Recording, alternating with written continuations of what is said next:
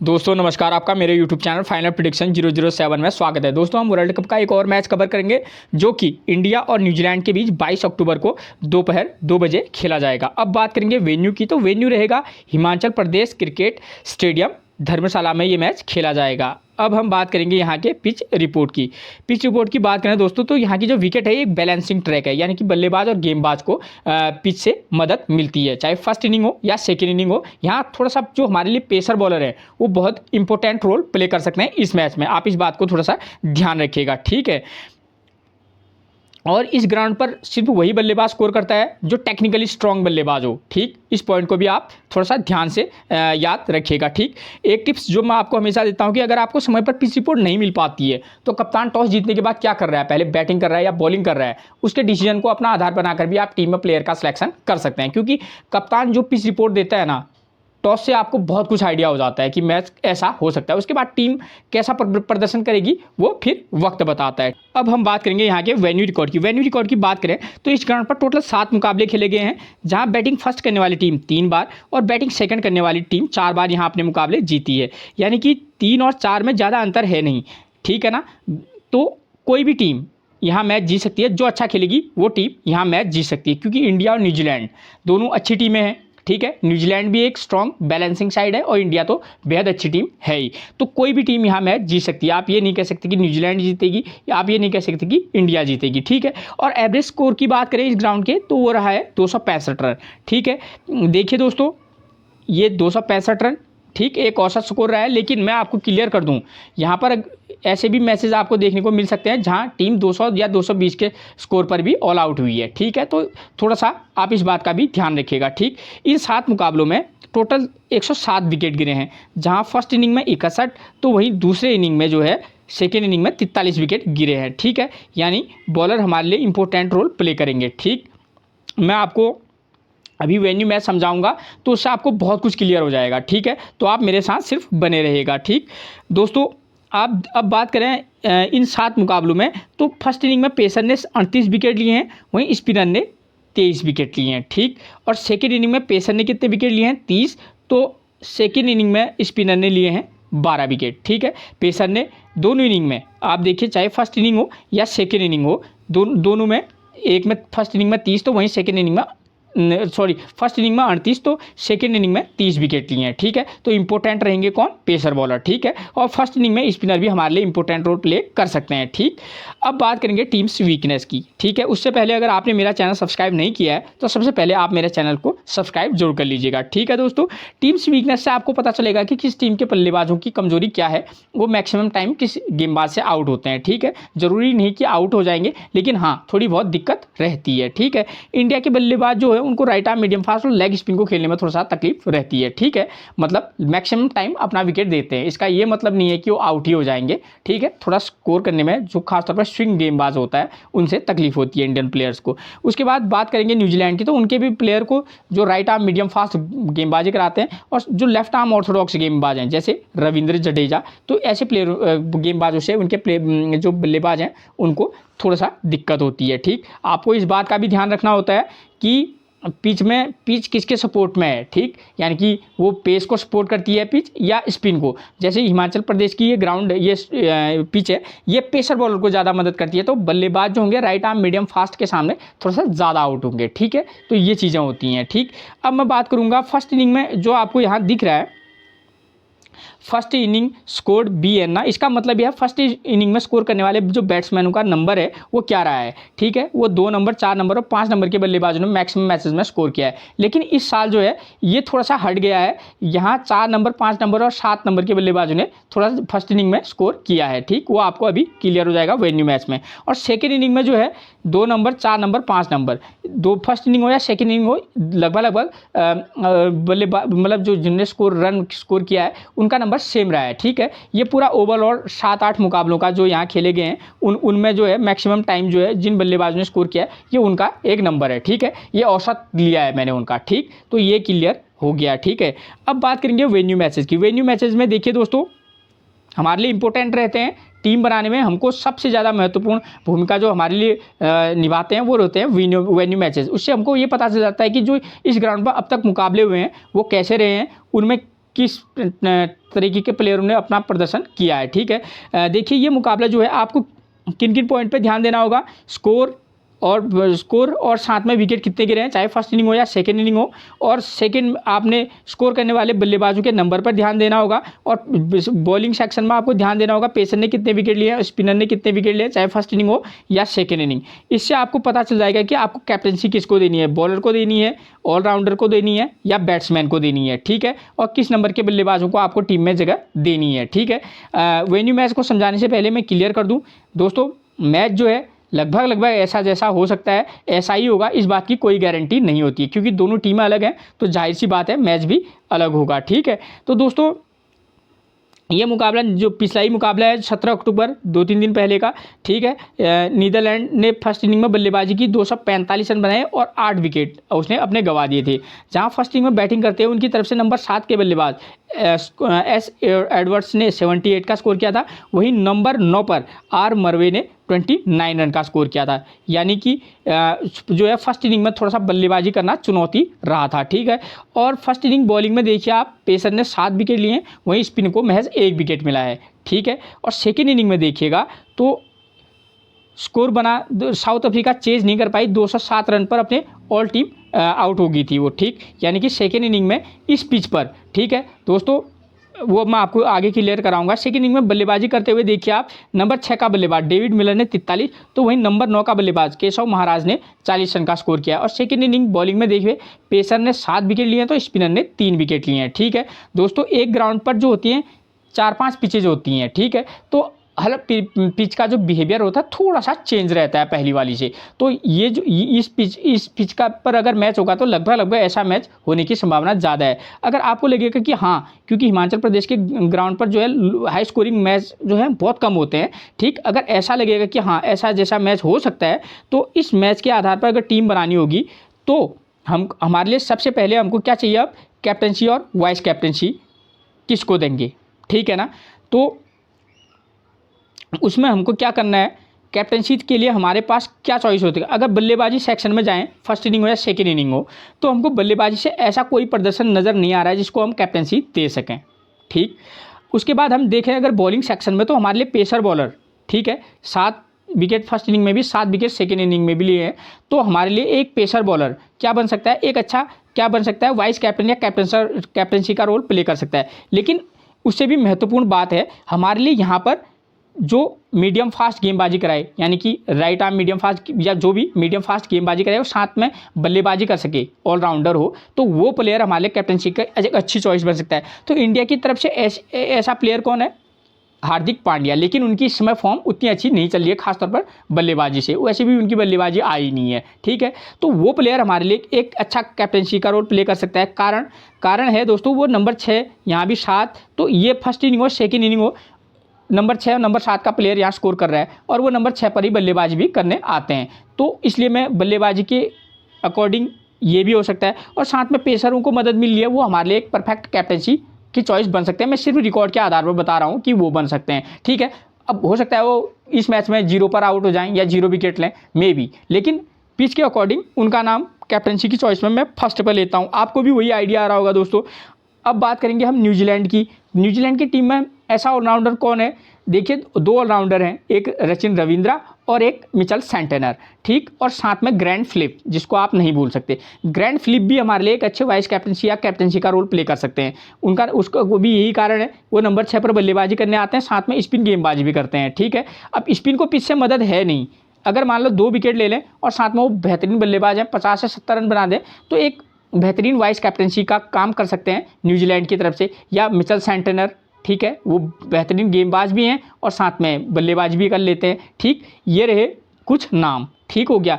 अब उसके बाद अगर आपको लगे कि हमको इंडिया की साइड से, बल्लेबाजी की साइड से, तो रविंद्र जडेजा, ठीक है, स्पिन को मदद नहीं है, इसलिए मैं उनका नाम लेते वक्त थोड़ा झिझक रहा हूँ। ठीक है, वो दूसरे वाले वेन्यू मैच में वो बेहतरीन पिक रहेंगे, लेकिन मैं आपको क्लियर कर दूँ, कैप्टनसी में अगर आप जाना चाहेंगे तो केएल राहुल एक वाइस कैप्टनसी का रोल प्ले कर सकते हैं, और एक प्ले कर सकते हैं कौन, न्यूजीलैंड की तरफ से टॉम लैथम। ठीक हो गया, ये चीज़ें मैंने आपकी क्लियर करा दी। ठीक, और प्लेयर सिलेक्शन में आप यही ध्यान देना कि अगर आप चाहेंगे तो जो भी टीम बल्लेबाजी करेगी, तो एक बार अगर जिसकी टीम बनाएंगे तो आप टॉप ऑर्डर ड्रॉप करके चलना, चाहे इंडिया का हो या न्यूजीलैंड का हो, ठीक। आप ऐसा भी कर सकते हैं, ठीक है। तो इस मैच के आधार पर आप ऐसा कर सकते हैं, ठीक।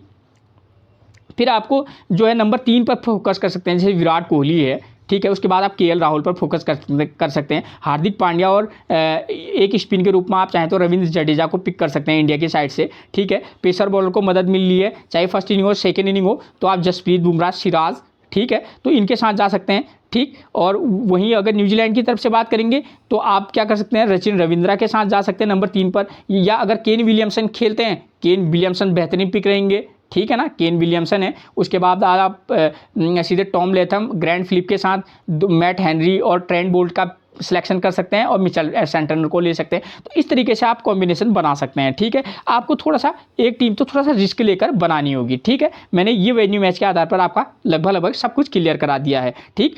और आपको अपना विवेक भी यूज़ करना होगा, आपको अपने दिमाग से भी क्या होता है कि यूज़ करना होगा कि हाँ भाई मैं चाहता हूँ कि मेरी टीम में कैप्टन ये बने और मेरा सिलेक्शन ऐसा हो, ठीक है। तो मैं आपके फैसले का भी क्या करूँगा, सम्मान करूँगा, ठीक है। आप अपने हिसाब से अपनी टीम बनाएंगे तो वो और बेहतरीन बनाएंगे दोस्तों। मैं सिर्फ आंकड़ों के बेस पर बोलूँगा, ठीक। अपने मन से मैं कुछ नहीं बता सकता। उसके बाद वेन्यू मैचेस की बात करूँ तो ये वेन्यू मैच हुआ था 10 अक्टूबर 2023 को, यानी कि वर्ल्ड कप का ही मैच है। इस मैच में इंग्लैंड ने फर्स्ट इनिंग में बल्लेबाजी की, 364 रन बनाए और 9 विकेट आउट हो गए थे, यानी कि कहीं ना कहीं यहाँ विकेट गिर रहे हैं, यानी कि बॉलर इंपॉर्टेंट रोल प्ले कर रहे हैं। जहाँ फर्स्ट इनिंग में बल्लेबाजी करते हुए नंबर 1 पर, ठीक, जॉनी बेयरस्टो। दूसरा वेन्यू मैच समझना आपको इसलिए आवश्यक है दोस्तों, क्योंकि एक ही प्रकार की टीम बनाने से काम नहीं चलता है, और ये विकेट भी क्या है, थोड़ा सा चेंज है। अगर इस वाले वेन्यू मैच की बात करें दोस्तों, तो देखिए आप यहाँ जब इंग्लैंड ने फर्स्ट इनिंग में बल्लेबाजी की तो उनकी तरफ से स्कोर करने वाले बल्लेबाजों का नंबर देखिए। नंबर 1 पर बेयरस्टो ने 52, नंबर 2 पर मलन ने 140 और नंबर 3 पर जो रूट ने 82 रन का स्कोर किया है, ठीक है। यानी कि टॉप ऑर्डर का बल्लेबाज यहाँ स्कोर कर रहा है, ठीक, इस मैच के आधार पर, ठीक। और फर्स्ट इनिंग बॉलिंग में देखिए पेसर ने 4 तो स्पिनर ने 5 विकेट लिए हैं। और वहीं बात करें जब बांग्लादेश सेकेंड इनिंग में बल्लेबाजी करने आई, वो महज 227 रन बनाए और पूरे 10 विकेट आउट हो गए थे, यानी कि बॉलर एक बार फिर से कमाल कर रहे हैं, ठीक। और स्कोर करने वाले बल्लेबाज देखिए आप सेकेंड इनिंग में नंबर 1 पर लिटन दास ने 76, तो वहीं नंबर 6 पर एम रहीम ने 51 और नंबर 7 पर टी हृदय ने 39 रन का स्कोर किया। और सेकेंड इनिंग बॉलिंग में देखिए आप पेसर ने कितने विकेट लिए हैं, 8 विकेट लिए हैं, और स्पिनर को महज 2 विकेट मिले हैं, ठीक है। ये चीज़ें क्लियर होगी। अब बात करें इस वेन्यू मैच के आधार पर हमको किस प्रकार की टीम बनानी है, ठीक है। जो भी टीम फर्स्ट इनिंग में बल्लेबाजी करेगी, हम क्या कर सकते हैं, उसके टॉप ऑर्डर के बल्लेबाज, ठीक है। जैसे इंडिया बैटिंग करेगी तो हम शुभमन गिल, रोहित शर्मा, विराट कोहली, ठीक है, ये तीनों के तीनों अच्छे फॉर्म में है, और किसी भी मैच में कोई भी आउट हो सकता है, उसमें कोई शक की बात नहीं है, ठीक है। तो ये कम से कम इंडिया का टॉप ऑर्डर फॉर्म में, अच्छी फॉर्म में है, ठीक है। आप चाहें तो उनको भी पिक कर सकते हैं, ठीक। या अगर आप एक को ड्रॉप करके पीछे को भी ले सकते हैं, ठीक, केएल राहुल तक, ठीक है, बैटिंग। तो इस तरीके की टीम बना सकते हैं, ठीक है। और वहीं न्यूजीलैंड करेगी तो उनके भी हम टॉप ऑर्डर से चाहे तो विल यंग को ले सकते हैं, ठीक है, या डिवॉन कॉनवे, ठीक। इस तरीके से कॉम्बिनेशन बनाना होगा। वहाँ केन विलियमसन खेलते हैं नंबर 3 पर, तो केन विलियमसन, सचिन रविंद्रा, वो भी अच्छे पिक कह सकते हैं। उसके बाद टॉम लेथम के साथ आप ग्रैंड फिलिप को भी यूज़ कर सकते हैं। तो इस तरीके से आप टीम बनाएंगे, ठीक है। और जो टीम सेकेंड इनिंग में बल्लेबाजी करने आएगी उसके जो है टॉप ऑर्डर में से हम एक ओपनर में से एक को पिक कर सकते हैं। उसके बाद हम डायरेक्ट अगर 6 पर ना जाना चाहें तो आप 4 नंबर के बल्लेबाज को पिक कर सकते हैं, जैसे डैरी मिचेल है। मान लीजिए न्यूजीलैंड सेकेंड इनिंग में बल्लेबाजी कर रही है तो डैरी मिचेल एक बेहतरीन पिक हो सकते हैं, ठीक है। उसके बाद आप चाहें तो ग्रैंड फिलिप को पिक कर सकते हैं, ठीक है, उनके साथ मिचेल सैंटनर को पिक कर सकते हैं। तो इस तरीके से आपको नंबर के आधार पर वो तो आपको सीधे प्लेइंग 11 से आपको क्लियर हो जाएगा कि कौन सा नंबर का प्लेयर किस नंबर पर आता है, उसकी फॉर्म क्या है, उससे आपको बहुत कुछ क्लियर हो जाएगा, ठीक है। क्योंकि मैं उतनी चीज़ें नहीं बता सकता, मैं मेन चीज़ें आपको बताऊँगा, ठीक, ताकि आपको एक अच्छे से आपको आइडिया हो जाए। अब बात करें अगर बॉलिंग सेक्शन की, जो भी टीम फर्स्ट इनिंग में बॉलिंग कराएगी उसके बॉलर बॉलिंग चाहे स्पिन हो पेस हो, हम दोनों का कॉम्बिनेशन लेकर चलेंगे। और सेकेंड इनिंग में आप चाहें तो एक स्पिनर प्लस उनके जो 2 मेन पेसर हों उनको लेकर आप चल सकते हैं, ठीक है। तो इस प्रकार की टीम भी आपको बनानी होगी, क्योंकि यहाँ बॉलर तो विकेट ले ही रहे हैं, ठीक है। अब बात आती है हमारे लिए कैप्टनसी और वाइस कैप्टनसी की। अगर हम इस वेन्यू मैच को देखें तो हमको हमारे पास बल्लेबाज जो है यहाँ पर कैप्टनसी की चॉइस में आ रहे हैं, वो भी कौन, जो फर्स्ट इनिंग में बल्लेबाजी करें। मान लीजिए अगर इंडिया फर्स्ट इनिंग में बल्लेबाजी करती है तो हमारे पास 2-3 चॉइस तो मस्ट हैं, एक विराट कोहली, शुभमन गिल और रोहित शर्मा, क्योंकि तीनों बेहतरीन फॉर्म में, इन तीनों में से आप किसी एक को कैप्टनसी दे सकते हैं। और रही बात न्यूजीलैंड की, तो न्यूजीलैंड में हमारे लिए एक कौन हो सकते हैं जो टॉप ऑर्डर में बल्लेबाजी करते हैं, अगर वो फर्स्ट इनिंग में बल्लेबाजी करेंगे, ठीक, इनिंग का बेहद इंपॉर्टेंट रोल होता है, ठीक, कैप्टनसी और वाइस कैप्टनसी चुनने में, ठीक है। अगर फर्स्ट इनिंग में आप चाहें तो सचिन रविंद्रा, क्यों, क्योंकि यहाँ स्पिन भी विकेट ले रहे हैं, ठीक है। सचिन रविंद्रा टॉप ऑर्डर पर बल्लेबाजी करते हैं, वो भी हमारे लिए एक बेहतरीन कैप्टनसी और वाइस कैप्टनसी का काम कर सकते हैं न्यूजीलैंड की तरफ से, ठीक है। ये तो हो गया आपका क्लियर, ठीक। और आप चाहे अगर केन विलियमसन खेलें, वो भी एक बेहतरीन क्या बन सकते हैं, हमारे लिए कैप्टनसी का काम कर सकते हैं अगर वो फर्स्ट इनिंग में बल्लेबाजी करेंगे तो, ठीक है। अब बात आती है वाइस कैप्टनसी किसको दें, ठीक है। तो वाइस कैप्टनसी के लिए हम चाहें तो सेकेंड इनिंग में जो टॉप ऑर्डर का बल्लेबाज है उसको भी दे सकते हैं, या जो टीम सेकेंड इनिंग में बॉलिंग करे, जो फर्स्ट इनिंग में बल्लेबाजी करेगी निश्चित तौर पर वही सेकेंड इनिंग में बॉलिंग भी करेगी, तो उसमें हम किसको दे सकते हैं, ठीक है। तो एक तो पांड्या भी आ सकते हैं, यहाँ रविंद्र जडेजा भी आ सकते हैं, सचिन रविंद्रा भी एक वाइस कैप्टनसी का काम कर सकते हैं, मिचेल सेंटेनर भी हो सकते हैं, ठीक है ना। तो क्योंकि सेकेंड इनिंग में देखिए आप, सेकेंड इनिंग में देखिए अगर मान लीजिए न्यूजीलैंड अगर सेकेंड इनिंग में बल्लेबाजी करती है तो यहाँ नंबर 6 और नंबर 7 का बल्लेबाज भी चल रहा है, तो मिचेल सेंटेनर नंबर 6-7 पर वो भी बल्लेबाजी करने आते हैं, ठीक है, या ग्रैंड फिलिप, ठीक है। तो वो ऐसे प्लेयर हमारे लिए वाइस कैप्टनसी का काम कर सकते हैं, क्योंकि वो स्पिन फर्स्ट इनिंग में अगर विकेट ले रहे हैं मिचेल सेंटेनर या सचिन रविंद्रा, ठीक है, तो सेकेंड इनिंग में हमारे लिए एक अच्छा परफॉर्मर बन सकते हैं। तो ये चीज़ें आपको मैंने क्लियर करा दी हैं, ठीक है। तो किसको किस कंडीशन पर लेना है, ठीक है। अगर मेरे बताने में कभी कभी क्या हो रहा है, कुछ गड़बड़ हो जाती है ना, तो आप कमेंट में लिख दीजिएगा कि थोड़ा सा इसको और डिटेल में समझा दीजिए, तो मैं यहाँ पर लिख दूंगा कि फर्स्ट इनिंग में अगर न्यूजीलैंड बल्लेबाजी करेगी तो कैप्टनसी के चॉइस ये हो सकते हैं, अगर इंडिया की बैटिंग करे तो तब कैप्टनसी के चॉइस ये हो सकते हैं, ये उनका नाम लिख दूंगा। लेकिन मैं इसलिए नहीं लिखता हूँ क्योंकि वीडियो काफ़ी लंबी हो जाती है दोस्तों, इसका भी मेरे को ध्यान रखना पड़ता है, ठीक है। आप उतनी लंबी वीडियो देखेंगे नहीं, ठीक है। और मैं आपको एक चीज़ क्लियर कर दूँ, जब तक आप एक एक चीज़ को नहीं समझेंगे, ठीक है, आप अगर 2 मिनट या 3 मिनट की वीडियो देखेंगे, उसके बाद अगर आप प्लेइंग 11 को नहीं समझेंगे या तो वो चीज़ें नहीं देखेंगे, तो आप उतना अच्छा टीम बनाने में आपको दिक्कत हो सकती है, ठीक है। फिर आपको जो अच्छा लगे आप वो करने के लिए स्वतंत्र हैं दोस्तों, ठीक। प्लेइंग 11 की बात करें तो नंबर 1 पर मिलेंगे इंडिया की तरफ से रोहित शर्मा। प्रदर्शन की बात करें 48, 86, 131, 0 और 81, ठीक है, ये इनका प्रदर्शन रहा है। इनको राइट आर्म मीडियम फास्ट से दिक्कत होती है, तो लॉकी फर्ग्यूसन और मैट हेनरी, ठीक है, ये जो है हमारे लिए इनके लिए खतरा बन सकते हैं। एक चीज़ में जो आपको क्लियर कराना भूल गया, इन दोनों मैचों का कंपैरिजन, वो मुझे अब याद आ रहा है, मैं पहले वो क्लियर कर दूं। इन दोनों मैचों में देखिए दोस्तों, फर्स्ट वाले वेन्यू मैच में देखिए आप, स्कोर करने वाले बल्लेबाज 7 और 9 नंबर का बल्लेबाज है, ठीक है। वहीं सेकेंड वेन्यू मैच में 1, 2, 3, यानी कि दोनों डिफरेंट मैच हैं, ठीक है। एक ही ग्राउंड है लेकिन क्या हुआ है, प्रदर्शन अलग अलग हुआ है। इसका यही कारण है कि एक पिच पर 3-4 ग्राउंड होते हैं, वो मैं क्लियर कर दिया आपको, ठीक है। और सेकेंड इनिंग में देखिए 6 नंबर का 9 नंबर का बल्लेबाज स्कोर कर रहा है, और यहाँ 1, 6 और 7, यहाँ सेकेंड इनिंग में कम से कम इस बात की गारंटी है कि 6 और 7 नंबर का प्लेयर लगभग स्कोर करने के हाई चांसेस हैं, ठीक है। जो टीम सेकेंड इनिंग में बल्लेबाजी करेगी, आप उसके 6 के बदले में 5 से लेकर 7 तक के प्लेयर पर फोकस कर सकते हैं, ठीक है।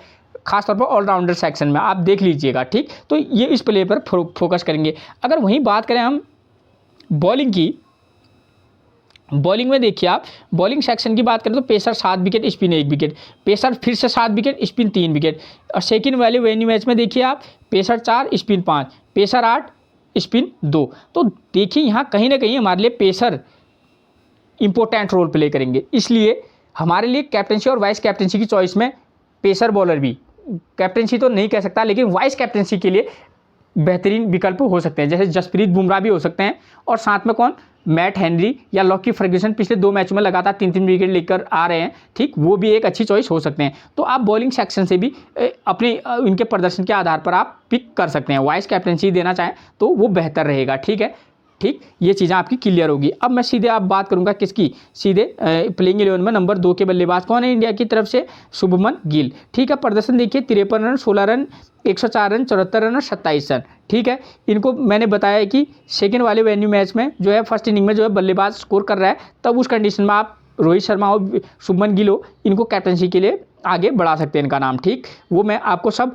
वेन्यू मैचेस में क्लियर करा दिया, ठीक। इनको दिक्कत होती है, पिछले मैच में ऑफ स्पिनर से आउट हुए थे, इनको राइट आर्म मीडियम फास्ट और लेग स्पिन को खेलने में दिक्कत होती है।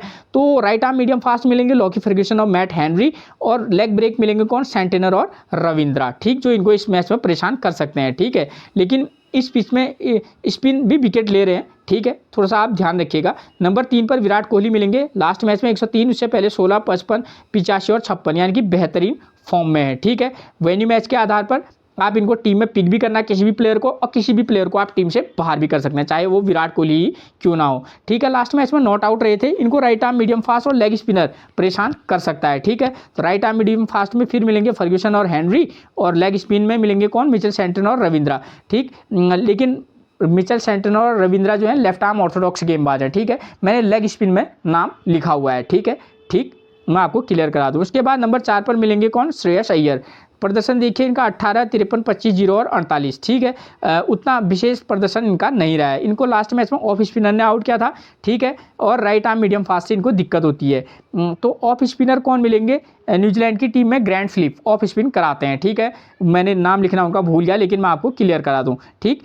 और right arm medium fast Ferguson और हेनरी और फर्ग्यूसन का नाम बार बार देखने को मिल रहा है, इसका मतलब है ये थोड़ा बहुत तो इंपॉर्टेंट नहीं, अच्छा इंपॉर्टेंट रोल प्ले कर सकते हैं इस मैच में। उसके बाद हमको नंबर 5 पर मिलते हैं केएल राहुल। प्रदर्शन की बात करें तो 34, 19, 97, 26 और 52 ये अब तक का इनका प्रदर्शन रहा है पिछले वनडे मैचेस में, ठीक। इनको ये लास्ट मैच में नॉट आउट रहे थे, इनको राइट आर्म मीडियम फास्ट और लेग स्पिनर जो है परेशान करता है, ठीक है। राइट आर्म मीडियम फास्ट मिलेंगे फर्ग्यूसन और हेनरी, और लेग स्पिन के रूप में कौन मिल सकता है, जो कि लेफ्ट आर्म ऑर्थोडॉक्स गेंदबाजी कराते हैं, मिचेल सैंटनर और आर रविंद्रा, ठीक है। केएल राहुल जो है इस मैच में इंपॉर्टेंट पिक हो सकते हैं, ठीक है। वेन्यू मैच के आधार पर आप देख लीजिएगा, ठीक। उसके बाद नंबर 6 पर मिलेंगे एक इस मैच में एक बेहतरीन और वाइस कैप्टनसी की एक प्रमुख चॉइस हो सकते हैं, कौन, हार्दिक पांड्या, ठीक है। राइट हैंड बल्लेबाज, साथ में राइट आर्म मीडियम फास्ट गेंदबाजी भी कराते हैं। बैटिंग इन्होंने पिछले मैच में बैटिंग नहीं की, और आई नहीं, और बॉलिंग से 0 विकेट लिया था। उससे पहले मैच में 2 विकेट, उससे पहले भी 2 विकेट, 11 रन 1 विकेट और 5 रन 3 विकेट, ये इनका अब तक का प्रदर्शन रहा है, ठीक। इनको लेग स्पिन और राइट आर्म मीडियम फास्ट से दिक्कत होती है, तो लेफ्ट आर्म ऑर्थोडॉक्स के रूप में मिलेंगे आपको मिचेल सैंटनर, रविंद्रा और फर्ग्यूसन और हेनरी, जो कि इनके लिए खतरा बनेंगे। कारण एक वेन्यू मैच हो या दूसरा वेन्यू मैच हो, पेसरों ने विकेट लिए हैं तो इनको दिक्कत हो सकती है। रविंद्र जडेजा लेफ्ट हैंड बल्लेबाज, साथ में लेफ्ट आर्म ऑर्थोडॉक्स गेंदबाजी भी कराते हैं। प्रदर्शन देखिए 2 विकेट, 2 विकेट, 0 विकेट और 3 विकेट, ये अब तक का इनका प्रदर्शन रहा है। बॉलिंग से अच्छी फॉर्म में है, ठीक है। बल्लेबाजी का उतना मौका अभी इनको मिला नहीं है, लेकिन इस मैच में इनको मिल सकने की पूरी संभावना है, ठीक है। इनको राइट आर्म मीडियम फास्ट से दिक्कत होती है, तो फर्ग्यूसन और हेनरी जो है इनको इस मैच में परेशान कर सकते हैं, ठीक है। तो बस आप ट्रेंट बोल्ट का नाम मत भूलिएगा, ठीक है। बोल्ट लेफ्ट आर्म है, तो इनको परेशानी राइट आर्म से होती है, तो इनका नाम लिखा है, ठीक है। रविंद्र जडेजा जो है इस मैच में एक ट्रम्प पिक भी हो सकते हैं, ठीक है। नंबर 8 पर मिलेंगे Kuldeep Yadav, left arm chinaman है। प्रदर्शन 1 विकेट, 2 विकेट, 1 विकेट, 2 विकेट, यानी कि 1-2 विकेट ले रहे हैं, ठीक है। सेकंड वाले वेन्यू मैच के आधार पर कुलदीप यादव फर्स्ट इनिंग में हमारे लिए बेहद इंपॉर्टेंट रोल प्ले करेंगे, ठीक है। इनिंग की बात होती है किस प्लेयर को कब लेना है, ठीक। नंबर 9 पर सिराज, क्योंकि इस मैच में तो पेसर बॉलर खासतौर पर सारे के सारे इंपॉर्टेंट होंगे ही, ठीक है। 2 विकेट, 2 विकेट, 0 विकेट, 1 विकेट और 1 विकेट, ठीक है। मतलब ठीक ठाक फॉर्म में है, ठीक है। आपको टीम में पिक तो करना ही होगा, रोटेशन के आधार पर किसी टीम में आप इनको पिक करना, किसी टीम में ड्रॉप करना, किस कंडीशन में फर्स्ट इनिंग में ड्रॉप कर रहे हो या सेकंड इनिंग में इंडिया गेंदबाजी बॉलिंग करा दिया, उस आधार पर इनको ड्रॉप करना, ठीक है ना, ठीक। किसी मैच में पिक करना, किसी में ड्रॉप भी करके चलना, ठीक है। नंबर 10 पर मिलेंगे जसप्रीत बुमराह। प्रदर्शन देखिए 2 विकेट, 2 विकेट, 4 विकेट, 2 विकेट और 3 विकेट, ठीक। जैसे विकेट है वहाँ यहाँ पर पेसर बॉलर एक इंपॉर्टेंट क्या हो सकते हैं, वाइस कैप्टन का रोल प्ले कर सकते हैं, जसप्रीत बुमराह वो रोल प्ले कर सकते हैं, ठीक है, इंडिया की तरफ से। नंबर 11 पर मिलेंगे शार्दुल ठाकुर। प्रदर्शन 1 विकेट, 0 विकेट, 1 विकेट, 0 और 0, ये अब तक का इनका प्रदर्शन रहा है, ठीक है।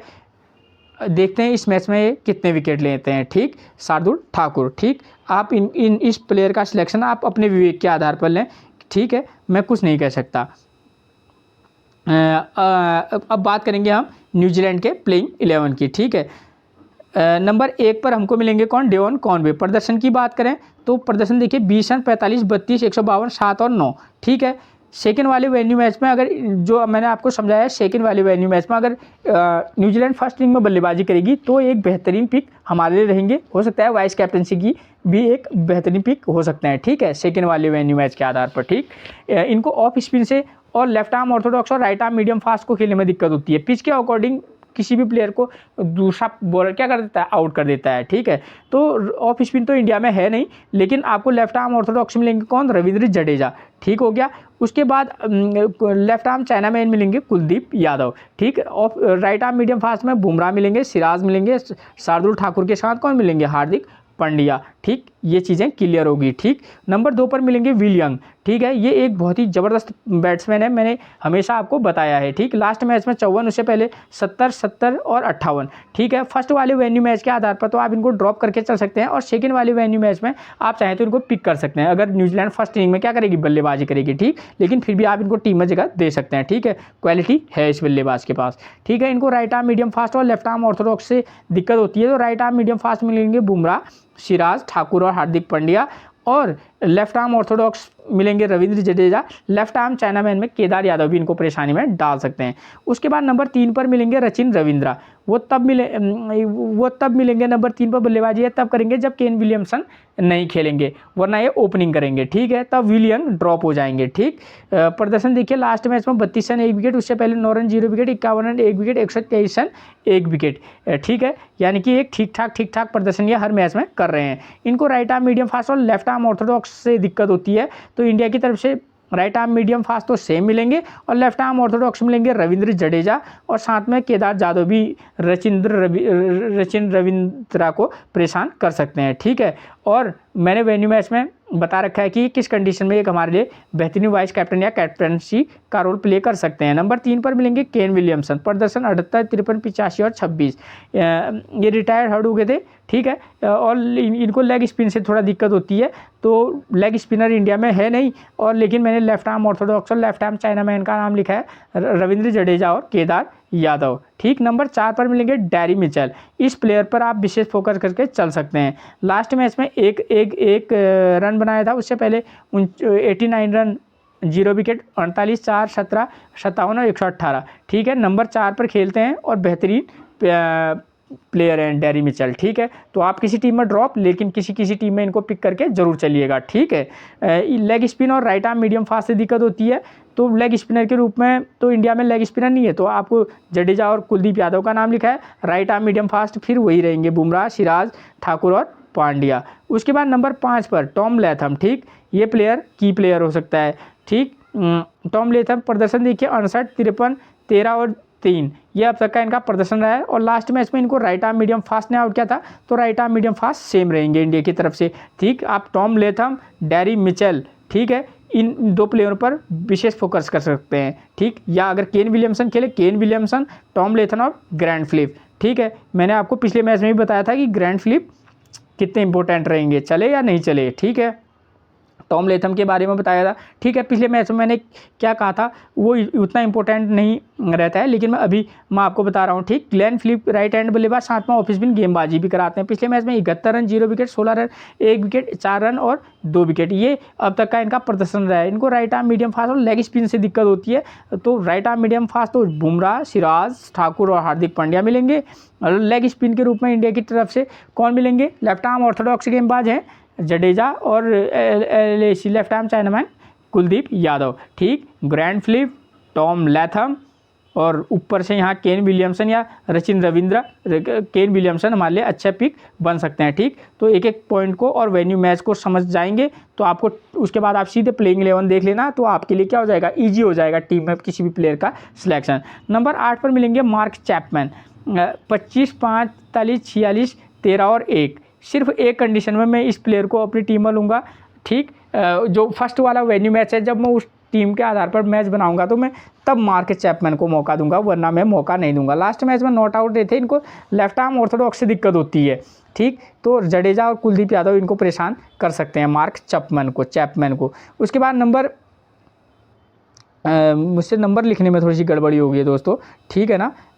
ये 7 या 8 होना चाहिए। मिचेल सेंटनर है नंबर 8 दोस्तों, ठीक है।